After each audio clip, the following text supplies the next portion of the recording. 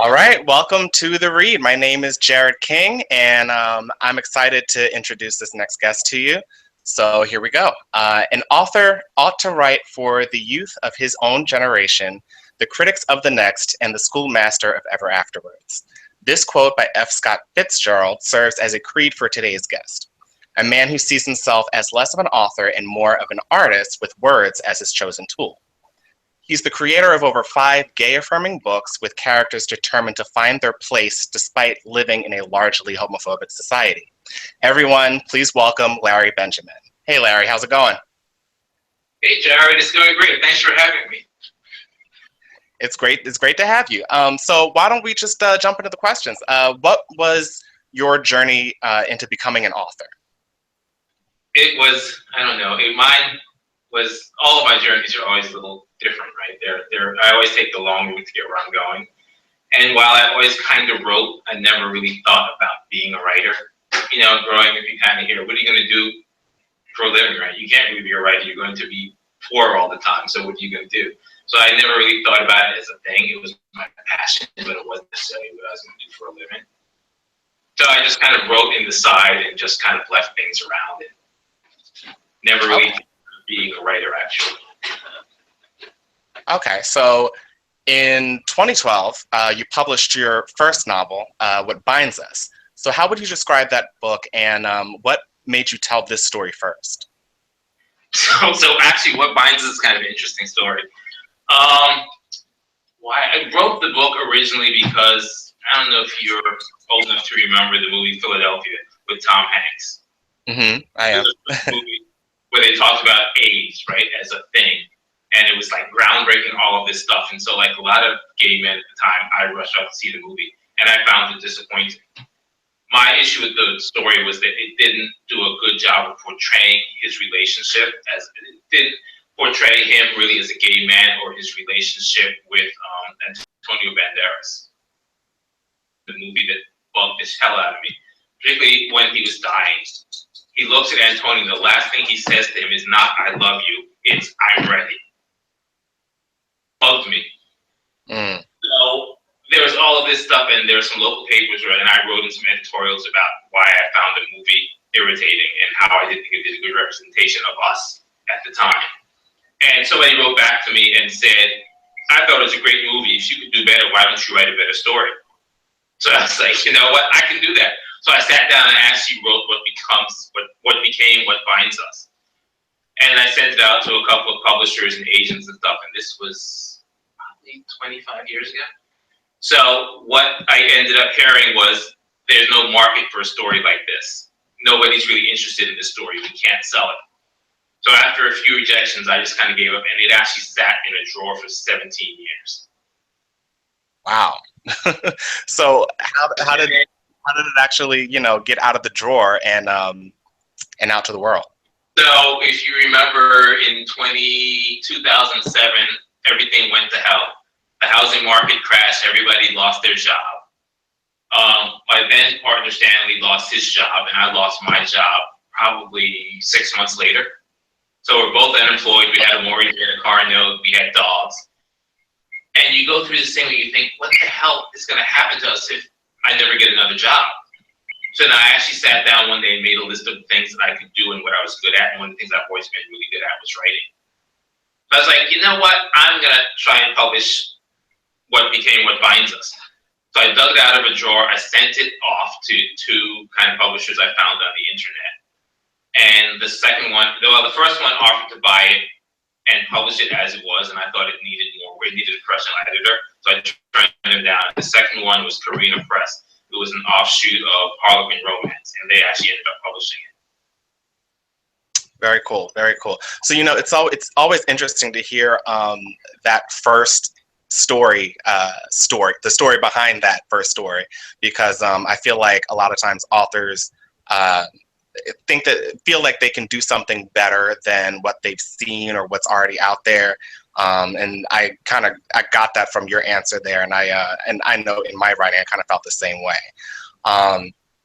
So soon after publishing Damaged Angels, which was a collection of short fiction, you published a longer work by the name of Unbroken. And on your website, you call it a semi-autobiographical novel. And I just want to know, like, where is the line between fiction and biography in this book? So what I will tell you is honestly, the line between the two in that book in particular is a very thin line. But I think that's actually true of a lot of my work. It's just a lot of my experiences in it, right? Because it's kind of, I'm telling that story from the perspective of a not so young gay man of color, right? So that's always kind of the underlying piece of it. Unbroken. So I'll tell you the genesis for the book. There was a group called Are You Coming Out, based in Australia, I think. And they were all about helping young people share their stories about coming out.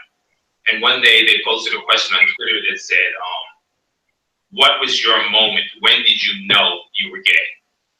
And I actually quickly tweeted back. I was 12 years old in 7th grade. His name was Jose. He smiled at me and changed everything.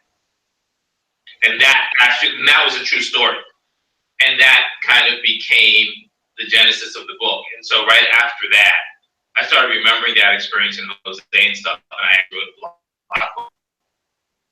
And my publisher, who's still my publisher, who's Debbie McGowan at Beaten Track Publishing, she read the blog post, and she wrote me, she goes, you know, Larry, I gotta say, love the post, but it feels like something bigger. I think there's a larger story here. Have you thought about it? Honestly, I hadn't thought about it. I was just trying to share that story. I was 12 years old. That's the moment I knew. And from then I never looked back. So then, with her encouragement and thinking about it, I actually just started writing the story of what happened. So, to answer your original question, the first part of the book, where Lincoln meets Jose, that's absolutely true. All of that stuff is true. It is the later life. Like, we didn't go to college together. We obviously didn't end up together. But so those pieces were kind of that built on what I dreamed for us when I was 12. So he and I were in school from the time I met him at 12, and we were together in school until I graduated at 17. So for like 6 years, I saw him every day. His entire dream life around this, right? I was a big I Love Lucy fan. I kept thinking we would buy a house in Connecticut like Lucy's and adopt some kids and a dog and all of this stuff. And so that's kind of what came out in the book. Very cool, very cool. You know, it's cool to hear that Jose was actually real. I remember reading it, and I just absolutely I loved the story. So I think it was really well done. So I recommend it to anybody out there watching. But let's dig in a little bit deeper here. So, like your main character, Lincoln, you were born in the Bronx, New York, and judging from this book, you got a lot of trouble from people about your sexuality very early on. So what was your experience with your sexuality growing up? I think most people found it disturbing. I think for a long time, I didn't know what it was. I know what everybody was so tense and concerned about. But like I said, it wasn't until that moment he walked into music. It was seventh grade. It was 4th period we had music, and he walked in as a new student. And suddenly I understood everything everybody had been kind of like thinking about and knowing about that I didn't know for myself. But quite frankly, from that moment on, I never looked back. I'm like, okay, this is it. This is going to be my life. I'm just going to kind of live my life. I think people had a larger issue with that, with me being gay than I had with me being gay. So I always tell people I didn't actually have a coming out, and it wasn't a struggle for me. It was like, you're a block full of white people, right? What are you going to do? It is what it is. And I just kind of moved on from there. And I realized that's not a typical response, and I get that, but that's just my response. Yeah, you know, I think it's pretty cool that you were able to move on pretty quickly like that. Not a lot of people are able to do that. But what was, because when I read the book, it seemed like your family had a lot of things to say about it, or a lot, and they kind of, I don't know, maybe blocked you in some ways of fully expressing yourself.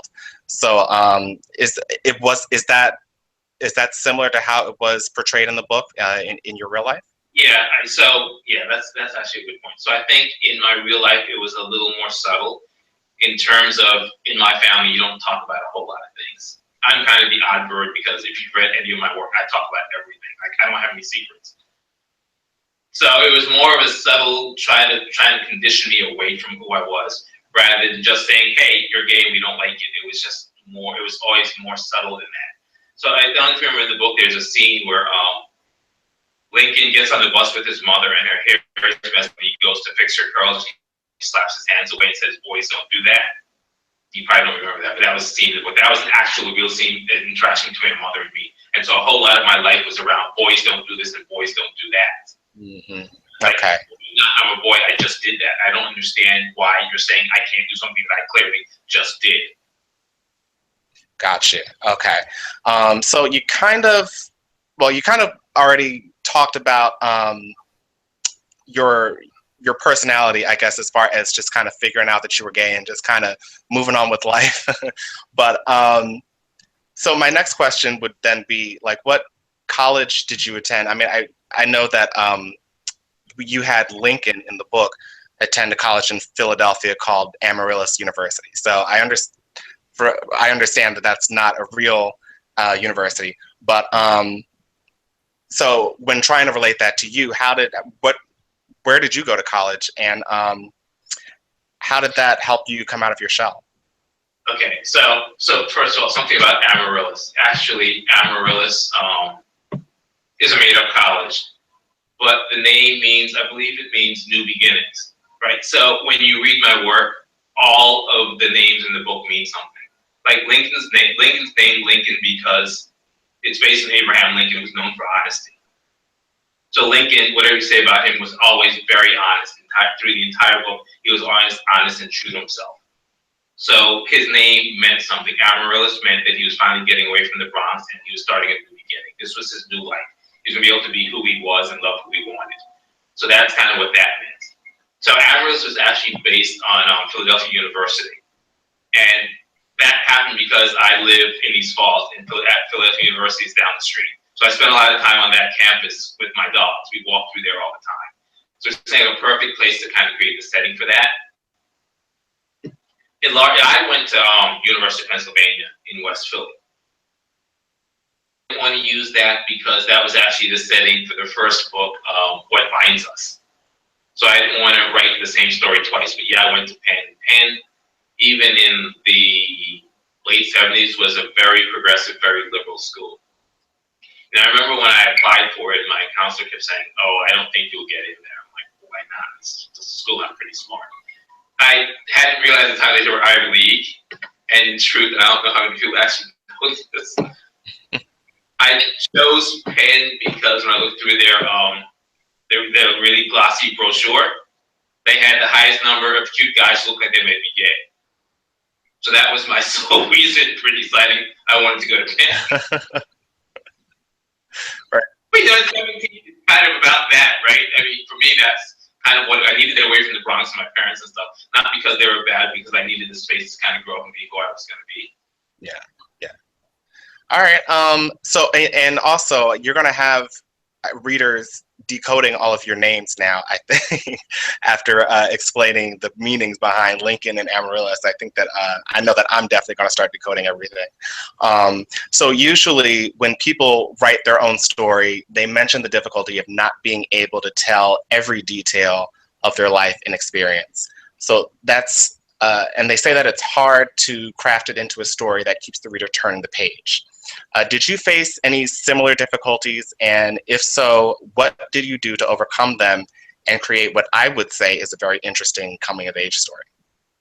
So actually, I didn't. And the reason why it never freaked me out to write the story and be as honest as I was because, quite frankly, whenever I write anything, I never read it.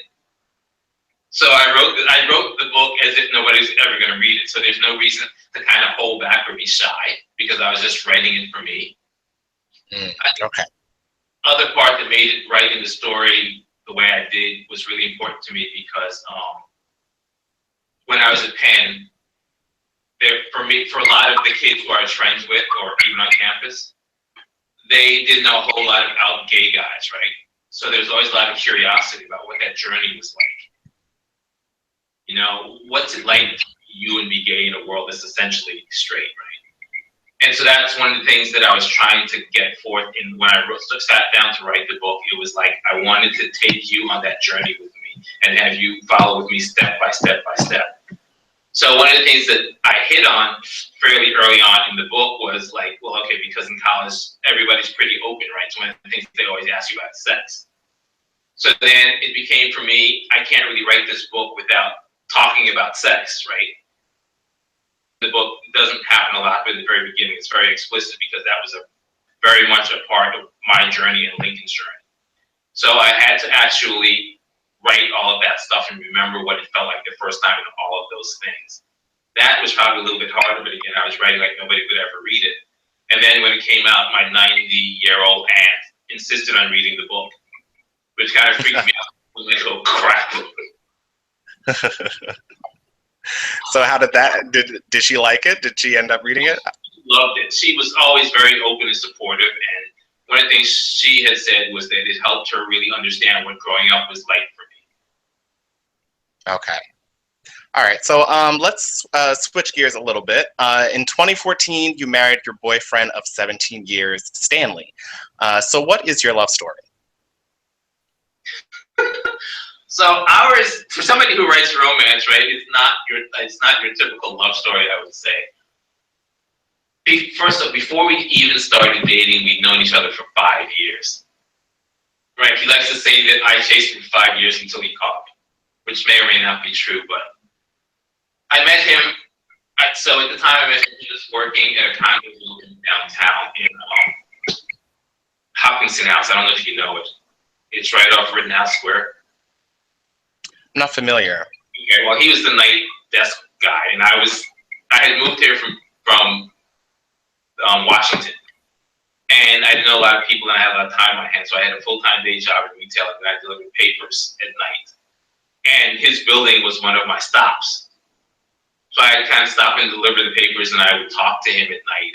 And at first, he just kind of ignored me, and then we kind of got to be friendly, so I actually reversed my paper route. Stop, so I could spend more time with him. If you think about the fact that we were spending time between 3 and 4 in the morning, it was a little bit odd. But it was what it was, and we kind of talked a lot. And we had some fun and stuff, and I think he looked forward to me coming in every night, and I look forward to seeing him. And then at some point, I just quit the job because it's hard getting up at 2 o'clock in the morning and delivering papers. And then I just kind of disappeared and went off, and I will never forget the turning point for me. I always thought he was really handsome. I thought he was a really nice guy. But it never occurred to me to ask him out or anything. And one day I happened to be in the neighborhood like a year later. And I walked into the lobby, and Hopkinton House has this, it's a revolving door. And I came through the revolving door, and he was sitting at the desk, and he looked up and he saw me. And his face lit up like Christmas morning. He looked so happy. I looked behind me to see who was coming in behind me that he was happy to see. So that was kind of gentle. Oh, maybe there's something here. Started dating. We dated for 4 months, and then he dumped me like the week before Valentine's Day. Wait, say that again. I missed that. I'm sorry. So we dated for about 4 months, and then he abruptly dumped me a week before Valentine's Day. Oh gosh. What the hell? So I was like, okay, whatever. We tried to do the friends thing, and that just wasn't working, so I just gave up. And then he sent me a birthday card a year and a half later. And we've pretty much been together ever since. Right? Because back then you couldn't get married, so we did a commitment ceremony in 1997. Like his family came, my family came, it was like 2 dozen people, we did it in the house. And I always considered us married, and then of course the laws changed in 2014, and then I realized it had just been a really long engagement. Okay, very cool. So the marriage law kind of work. Did you guys get married like as soon as, like, how quickly after it passed did you guys actually get married? 6 weeks. So I'll never forget when the law, it was passed in Philadelphia first, and then it became nationwide the following year. But the day it passed in Philadelphia, we were in Rehoboth Beach on vacation, and we were driving along. We go to a lot of thrift stores, and we were getting out of the car, and my phone was exploding with text messages and phone calls and stuff. And I finally answered. I was like, why is everybody calling? They're like, didn't you hear gay marriage is now legal in Philadelphia? When are you guys getting married? It's like I hadn't even heard that it had passed, and I had certainly hadn't even thought about getting married. So there's all this pressure from people who had known us for years, like you got to get married. So we actually got married, I think, 6 weeks after it passed. Very cool. That's such a beautiful story.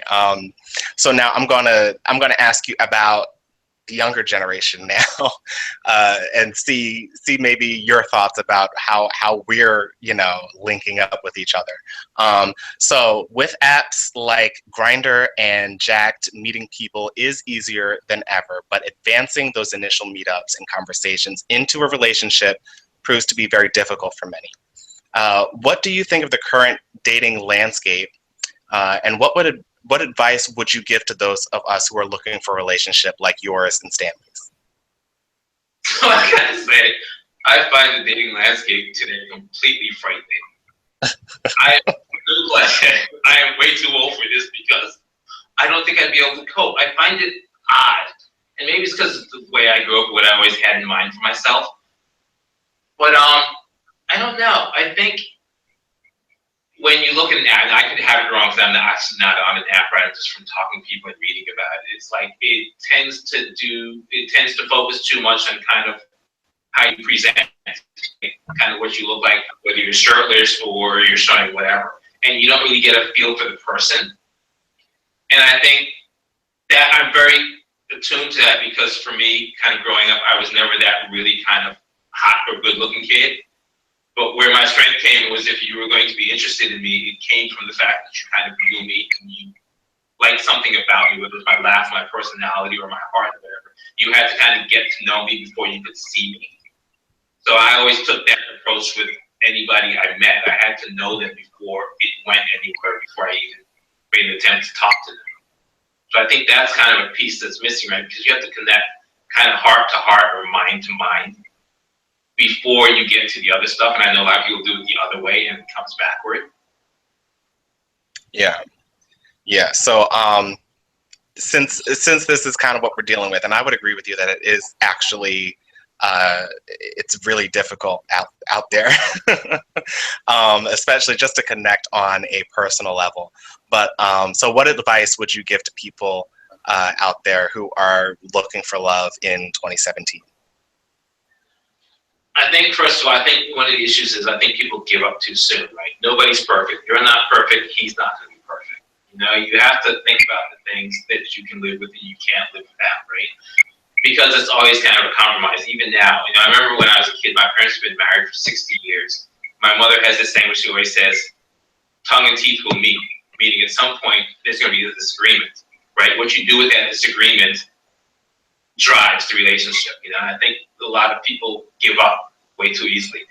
I probably get in trouble for saying this, but I said to somebody once that I thought the divorce rate among straight people was so high because people are so full of hope, right? They're always hoping there's a perfect person or the next person will be better than the person they're with, without trying to focus on the good of that person and kind of, well, hell yeah, there's stuff that annoys everybody about somebody else. Is that a deal breaker or isn't it?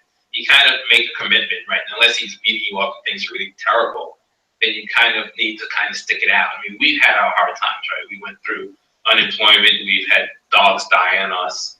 I remember at our last house, we did the kitchen, and it took forever to get it done.